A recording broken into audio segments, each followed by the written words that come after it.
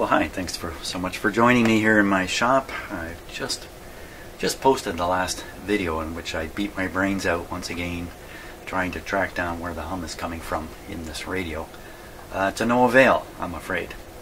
So as I say at the end of that video, what I'm doing now is I'm just going to, I don't know what to do about the hum. There's some other problems I can still deal with, so I'm going to move on to those. You know, the way I like to do this with these old radios, when it comes to crackles and some hums not coming from the power supply, I tend to go on with other repairs and work away on the radio doing other stuff in the hopes that I will literally stumble across the cause of a hum or a crackle, because these things are really quite hard to hunt down at times. Theoretically, they're easy. You just take your signal tracer and poke around till you spot where the crackle or the hum is coming from. But in reality, that's not necessarily a revealing exercise. So, hum out of my mind, into my mind comes crackling. Oh, I feel like that's a step down, not a step up. So, crackling. Now, crackling in this radio, my observations so far, because I have been making observations on it every time I turn on the radio seems to go through a period of strong crackling and popping. Seems to settle down after quite a while of warming up. Where it's coming from exactly, I don't know at this point. I suspect it's coming from here, from this tube, the detector tube, or somewhere right in this area, but I really don't know. It could be coming from almost anywhere. Could be coming from inside a tube. When you first start up a radio like this, or any tube radio, or virtually anything electrical, there is a heating up period during, it's quite obvious with vacuum tubes, of course, because they're meant to run hot inside, so there's a period of time where they heat up. As they heat up, things expand inside the tube, metal expands a little bit. This causes, as you can imagine, the same effect that you hear in your hot water pipes in your house when you turn on the hot water, or perhaps when your furnace comes on and your ducts heat up, you hear that ticking sound, tick, tick, tick, tick, of the pipe or the air duct expanding and it jumping from friction as it expands. So I think that's one possibility. What we're hearing when I start this radio up is literally the components inside this tube, or maybe this one, expanding. And as they expand, they move in a stuttery motion, and then that change in geometric relationship of the components inside the tube results in a change in the operation of the tube, which we hear coming out of the speaker in the form of a pop, that kind of stuff, pop or a click. And there's another kind of sound in here. I'm not saying that's what it is about this radio. I'm just trying to sort out different sounds you can hear coming out of a speaker in a radio like this based on my own experience. I'm not reading this from a book or anything like that. So aside from a tube making that kind of sound, similar things can happen with other components, in particular resistors, like this big fat resistor here. As it warms up, there can be trouble with the terminal connections at the end of the resistor. I mean, this is an old carbon rod resistor here, or in a more modern resistor, you know, this kind of resistor, which is basically a little tube of powdered carbon inside there. I guess it's semi-solid, or maybe you can think of it as solid inside here. But nevertheless, as it heats up and expands a little bit, there can be contact issues where the lead wire comes in to make contact with the carbon that's inside here, or whatever's inside here. Similar sorts of problems can happen. Expansion, click and pop. So this mechanical heat expansion problem can show up all over the place. That's my impression. And there could be, you know, just to make it even worse, why not make it worse? There could be 3 or 4 things doing this all at the same time, all of them kind of mixed up in the sound coming out of the speaker. You know, my little brain might think, hey, it's one thing, when in fact it's 3 or 4 things. So good luck trying to eliminate it by pulling tubes out, because I'll only eliminate 1 of 4 noises at a time. So this is probably why I'm struggling with this so much. It's complex. It's not simple. It's a complex problem. Another possibility is partial discharges. Partial discharges and full discharges. The partial discharge sounds a little more like lightning, a little more like a staticky sound that rises up and stops suddenly, like that. And this is, of course, a buildup of charge over a surface or through a material. The charge is conducted from some terminal point forward through the material. Then as the, I assume it's electrons, work their way forward over the surface of this material, the potential here starts showing up more and more here, shortening the distance that it's trying to travel to the other terminal. You can think of this just to make it more visual. Maybe this is happening over the surface of a resistor. Fat chance on that, by the way, but good for an example.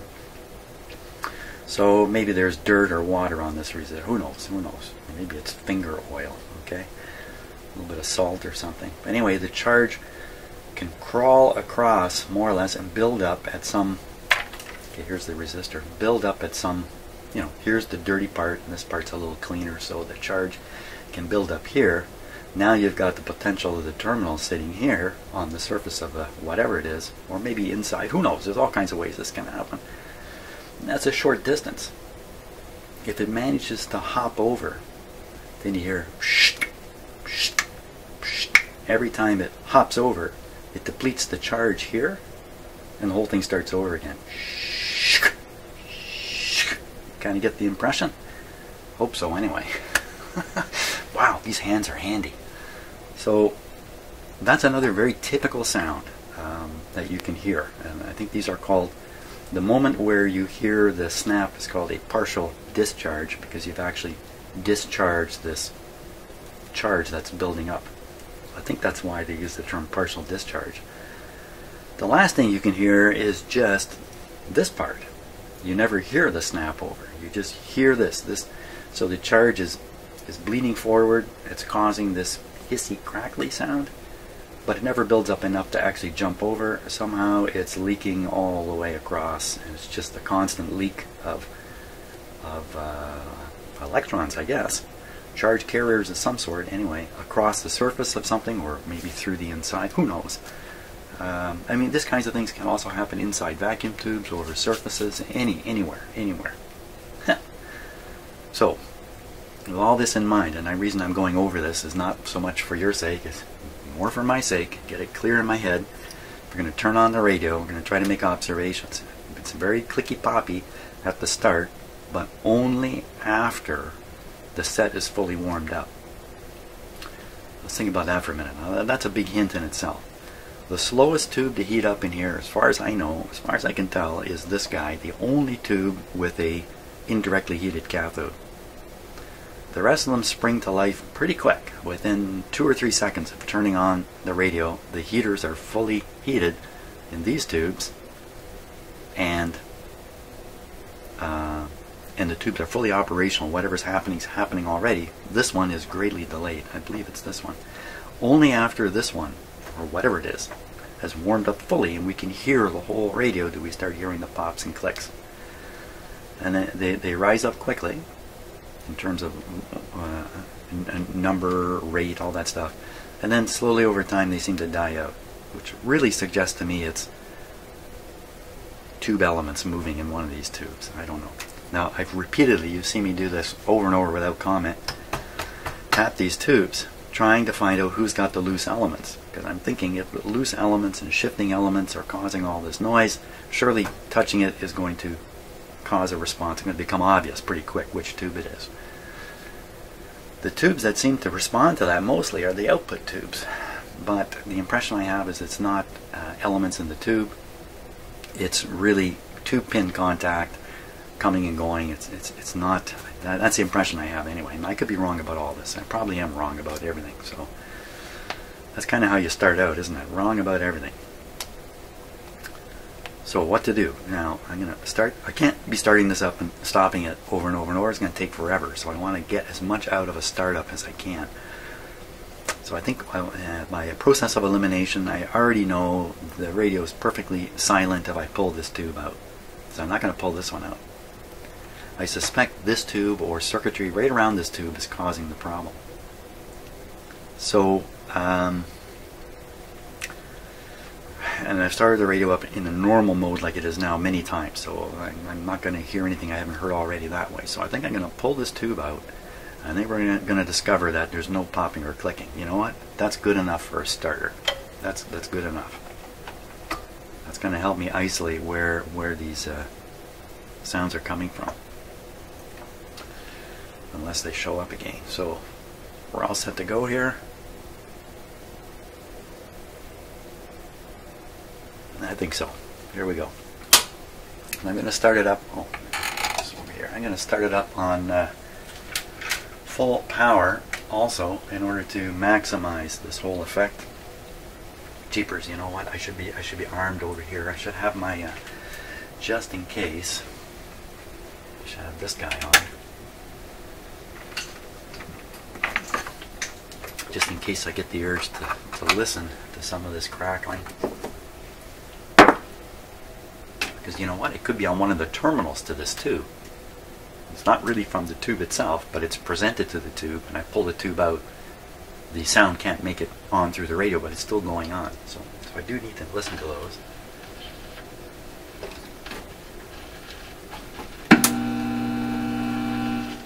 Set this correctly.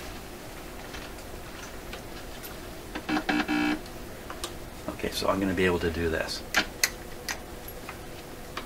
Hey, where's my top piece? Oh no.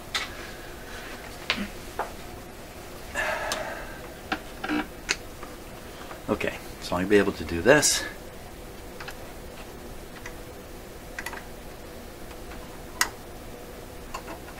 All is quiet. Man alive, if a hum came out of it now, I would I would what? I don't know. I don't know what I would do. Turn off the video. Let's put this tube over here where it's a little safer. Okay, I think we're ready. Start it up, and what do we hear? There we go. There's the hum.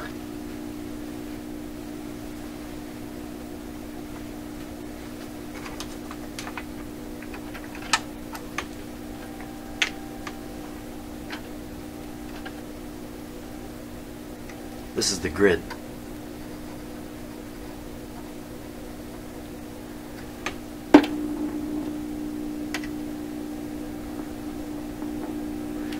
Okay, so I think it's just warming up now. We're just... Let's be quiet. So I don't hear any crackling. No crackling. Look at the terminals here.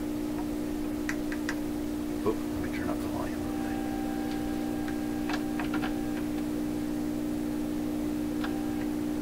Now you're going to have a hard time separating what is coming out of this radio speaker versus what's coming out of my signal tracer, but I got two ears here, so I can actually hear the stereo, so I know which one's making what sound. When I touch there, my signal tracer makes the same warm hum that the radio makes.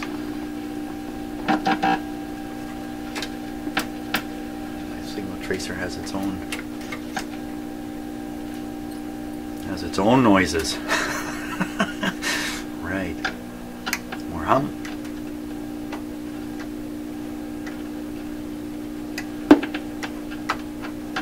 So I don't hear any crackling.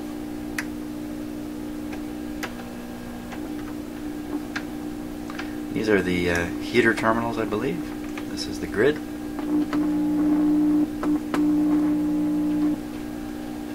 This is the plate over here.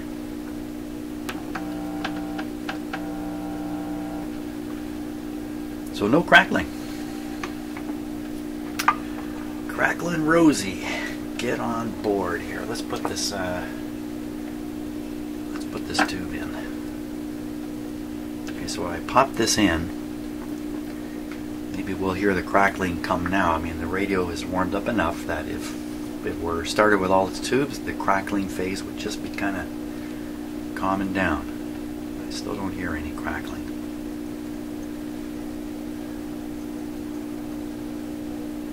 Okay, man, here we go.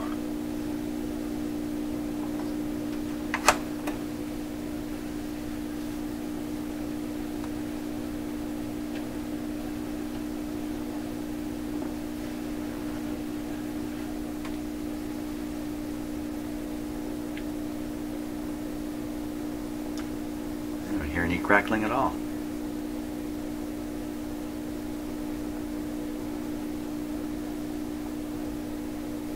Let's give it lots of time here. You know what? I said I was going to turn this on full power and I didn't. Okay, hear a little crackling now. Very little. Okay, this is the one result I didn't expect. Here we go.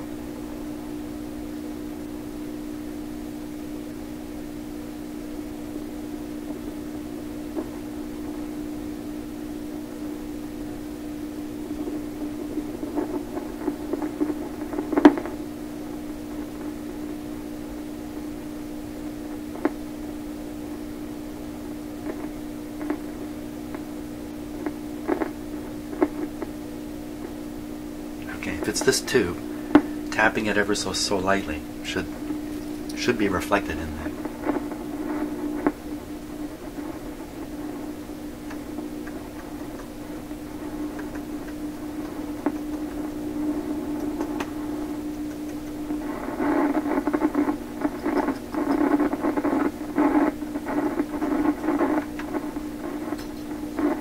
There's lots of crackling now. Got to be from here back. You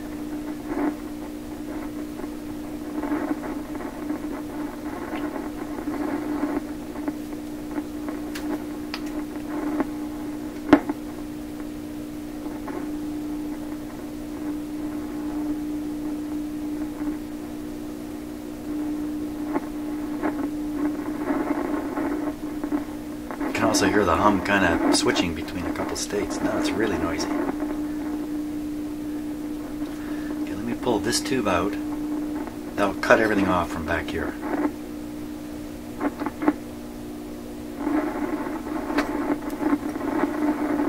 So that certainly didn't make any difference. So now we know for sure it's got to be up this way. It's really going good. Now that sounds more like one of those discharges that's not building up and popping, but is actually discharging through something. A little bit of clicking in there. So it could be a defective component or coil just ahead of this tube is generating this noise. With the tube out, it can't make it through, so we don't hear it, making me think it's the tube. I should find it then on one of these terminals. Let's look at the grid.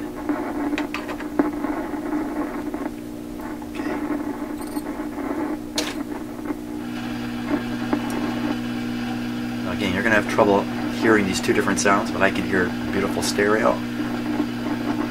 So I'm on the grid of this tube, there is none of that sound.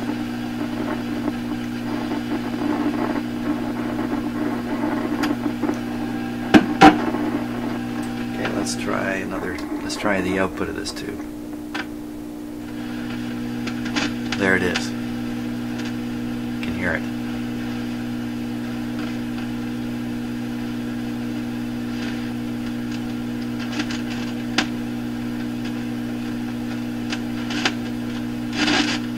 Very distinctly.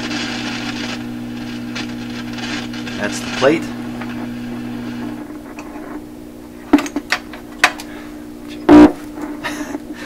Scare myself here. That's the plate. This is the grid. Put a hum coming out of the radio when I touch the grid. That's not surprising. I'm adding a little antenna to the grid on this very sensitive tube here. But no crackling. Back on the plate.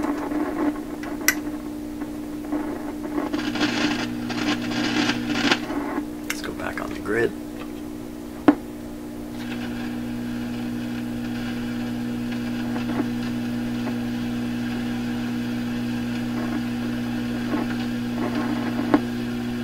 Now there's a wee bit of crackle on the grid. I can hear it, but it's not the same crackle as what's coming out of the radio speaker, the one we're really after. So there's a slight crackly thing going on the grid. I don't know. It's definitely not matching up with what's coming out of the radio. So I think we really comes down to this tube being noisy. Is there some way I can test this on a tube tester? I do have a tube tester with a noise function. I don't think I've ever used it properly each time I've gone to try it. Why don't we try that? Now, I'll put this tube into a tube tester that has a noise function. We'll see what happens. If I can hear that, make that noise come out.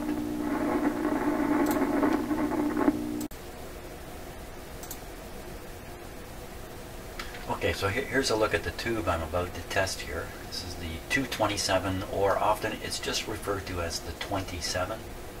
It's really manufacturer number 2 who made a 27. So often these things will be referred to just as a 27.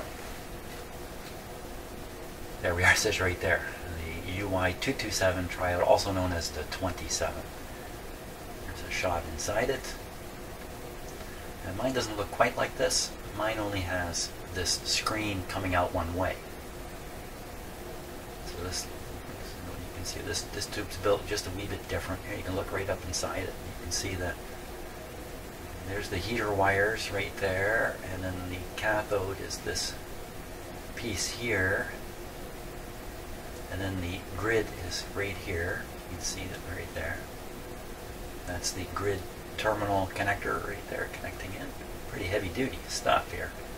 And then we've got the plate, which looks like a screen. Don't use the word screen though, that would only confuse people. This is really why I'm looking at this. I want to double check the heater voltage, 2.5. That's exactly what I really wanted to check.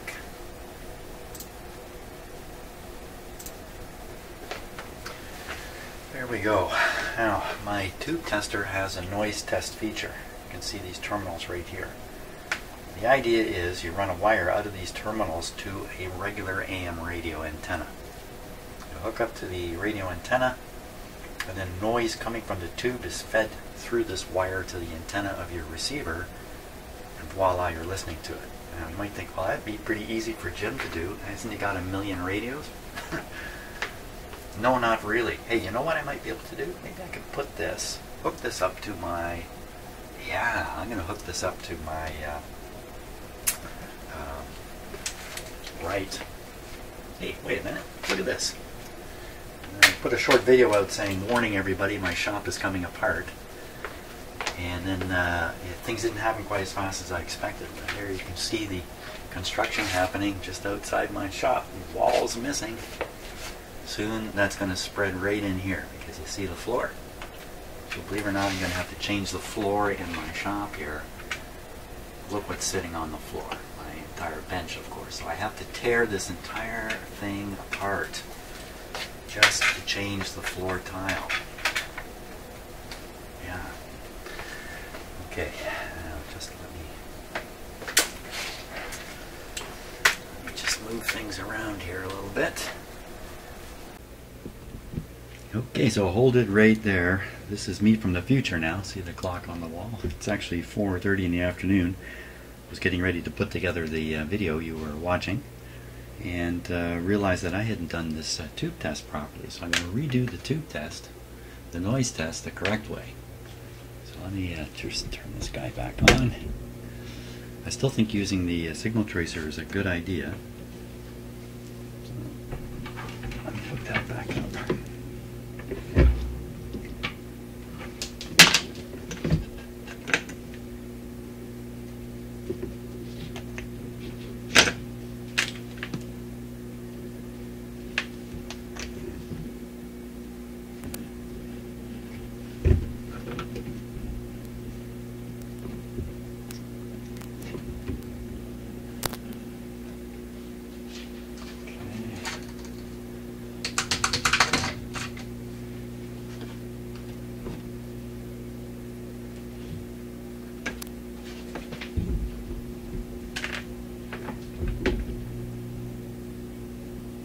Pretty quiet. Okay, so we're on RF to start off with.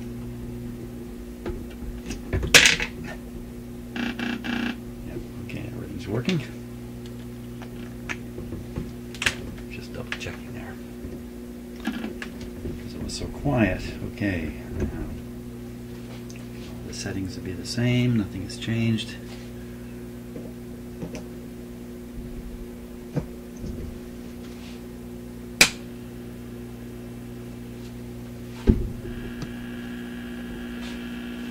Showed up as soon as I...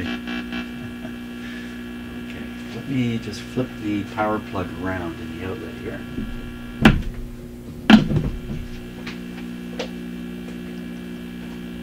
Okay, a little bit of difference.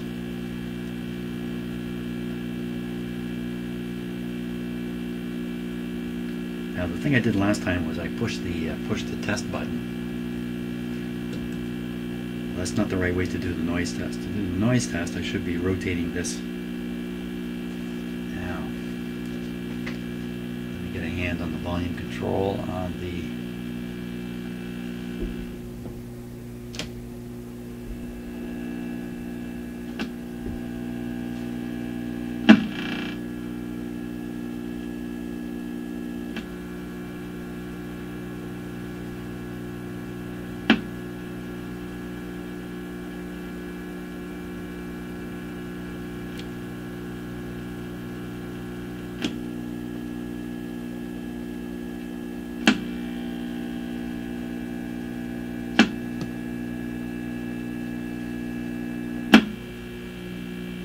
Certainly don't hear any crackles, but let's try this again, and we'll set this to audio here.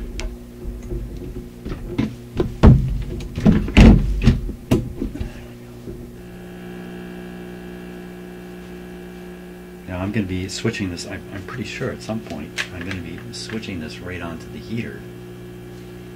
So I expect to get a big whopping hum, something like that right now. My hand on the volume control.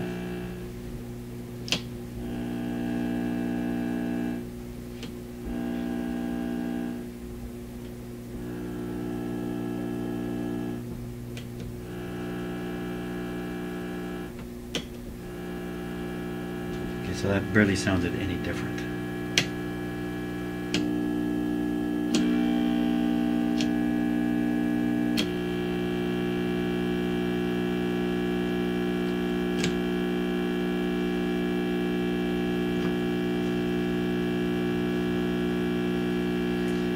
Okay.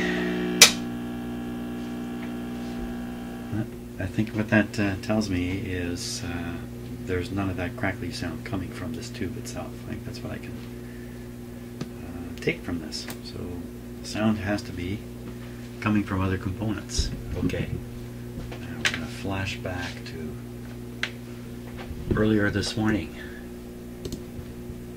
Well, I don't hear any crackling. So either this test is bogus. I've never had success doing this test in any way I've tried. Or the tube's just not noisy. How can the tube not be noisy?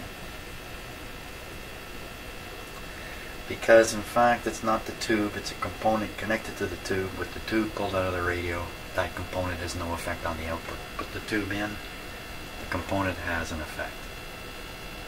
That's what we got to go on next. We gotta go this way. So I'm pretty convinced this tube is not causing a problem.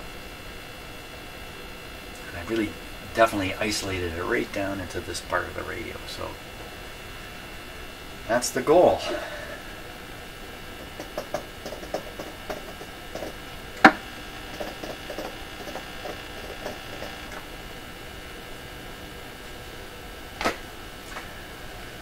It was kind of...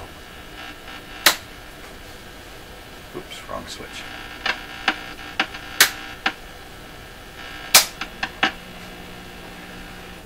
Yeah, that's a little disappointing. Okay, always disappointing when you think you got it and you end up not having it. Okay, I think that's it for today. Tomorrow I will attempt to zoom into the components around this tube. We'll try to figure out which one of them it could be. Maybe end up just changing them and seeing if my problems go away. There we go. Man, alive. See you on the next video.